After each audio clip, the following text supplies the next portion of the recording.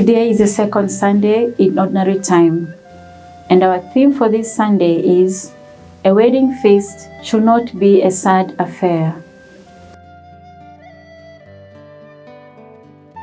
A reading from the Holy Gospel according to John. There was a marriage at Cana in Galilee, and the mother of Jesus was there. Jesus also was invited to the marriage with his disciples.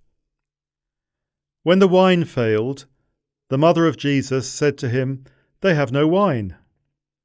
And Jesus said to her, "O woman, what is that to you or to me? My hour has not yet come." His mother said to the servants, "Do whatever he tells you."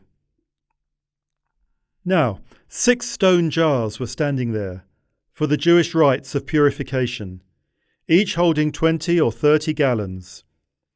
Jesus said to them, "Fill the jars with water." And they filled them up to the brim.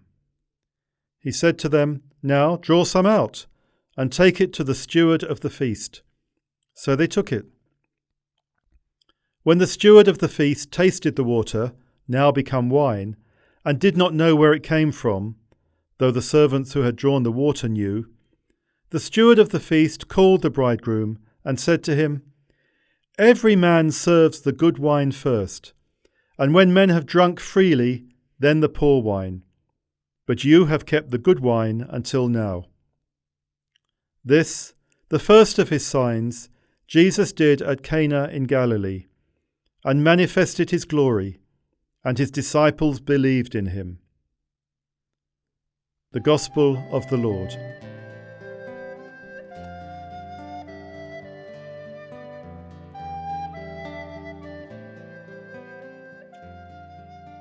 Israel had been promised that God will prepare for them a feast of rich food and choice wines, juicy, rich food and pure, choice wines.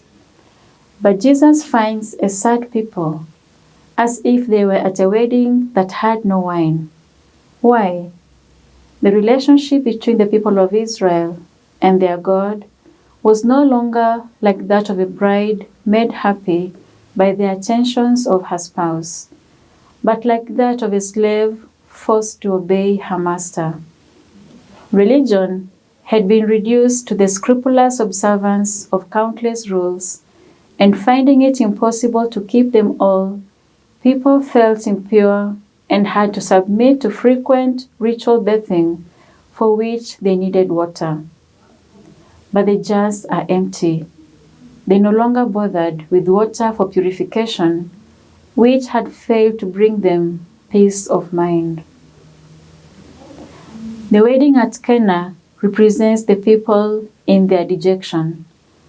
Love had been substituted by the observance of laws, and such a way of serving God can never bring joy.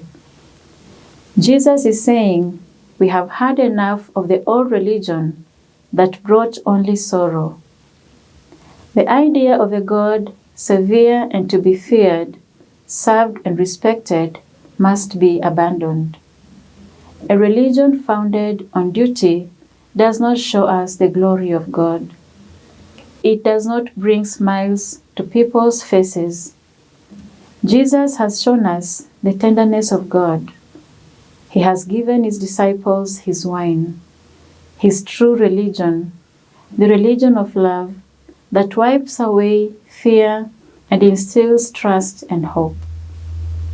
The passage rightly concludes saying that Jesus, by giving us his wine, has manifested his glory and is in fact glorified by our joy.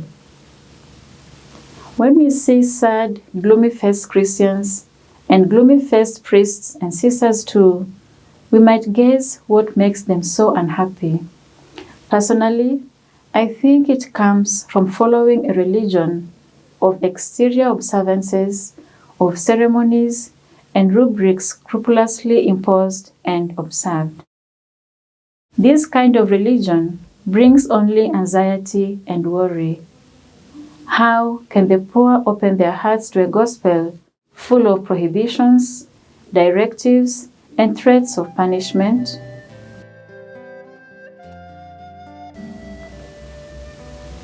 Jesus, Divine Master, you are our new wine, who shows us that true worship of God is an act of love and produces joy. May the newness that you bring in our lives each day increase in us true worship of God, filled with love and joy. Amen.